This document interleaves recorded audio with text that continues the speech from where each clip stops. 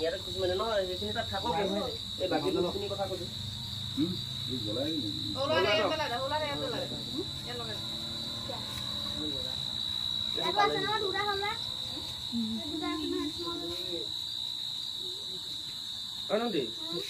নজলে নহয় পৰি যাব কোনে কোনে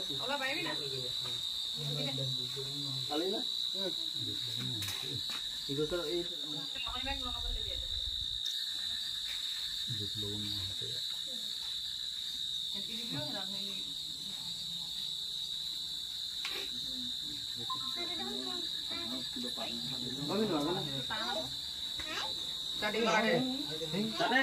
ये তেনেকে পাইছে বহি দিলে হল পাটনা ভাগ যাবি না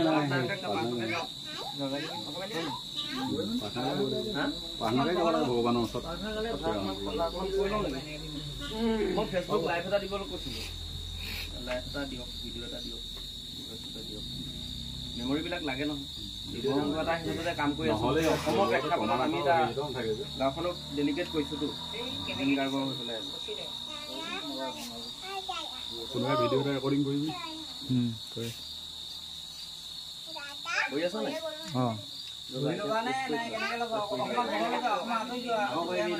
তাতো জ্বলিব তাতো অকমানি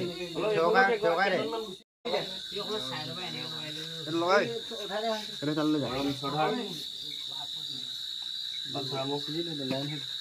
উন্ময়না যুৱ সংঘৰ উদ্যোগত আয়োজিত আজি শ্ৰদ্ধাঞ্জলি অনুষ্ঠানত সন্মানীয় যুৱ সংঘৰ সভাপতি মহোদয় গাঁৱৰ বয়োজ্যেষ্ঠ সকলৰ লগতে যুৱ সংঘৰ প্ৰাক্তন বিষয়ববীয়াসকল কণ কণ মইনামণি সমস্ত মৰমৰ যুৱ বন্ধুসকল আজি আমাৰ বাবে সমগ্ৰ অসমবাসীৰ বাবে এটা বৰ দুখৰ খবৰ এটা দুঃস্বপ্নৰ দৰে লগা সময় খবৰটো পোৱাৰ পিছৰে পৰা আমাৰ সকলোৰে মনত তেনেকুৱাই লাগি আছে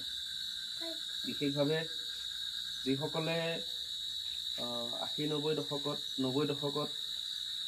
জুবিন গাৰ্গৰ গান শুনিছিলে ৰাতিপুৱা দুপৰীয়া টেপ ৰেডিঅ' সবতে বাজিছিল সেইসকলৰ বাবে আজি স্মৃতিবিলাক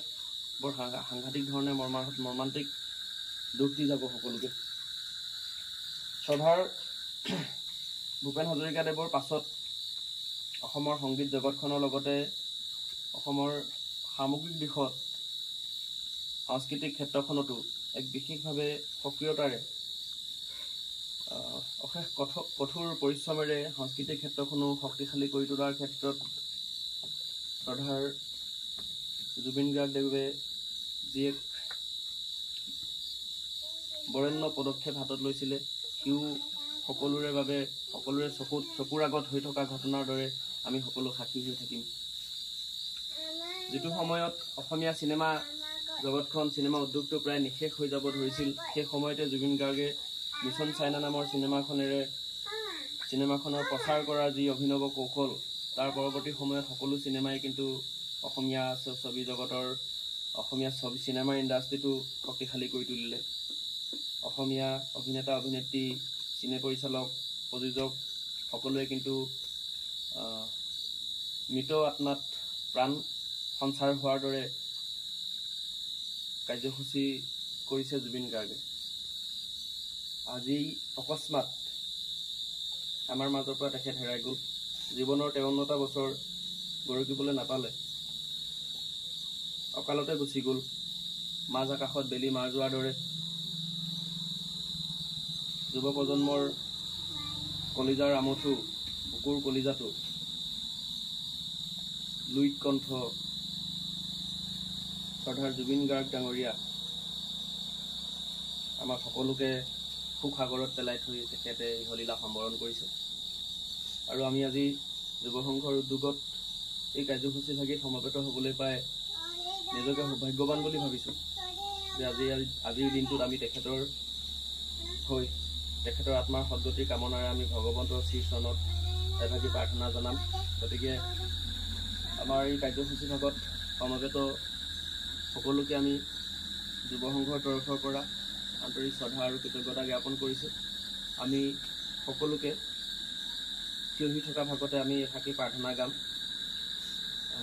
তেখেতৰ বিদেহ আত্মাৰ চিৰশান্তি কামনাৰে।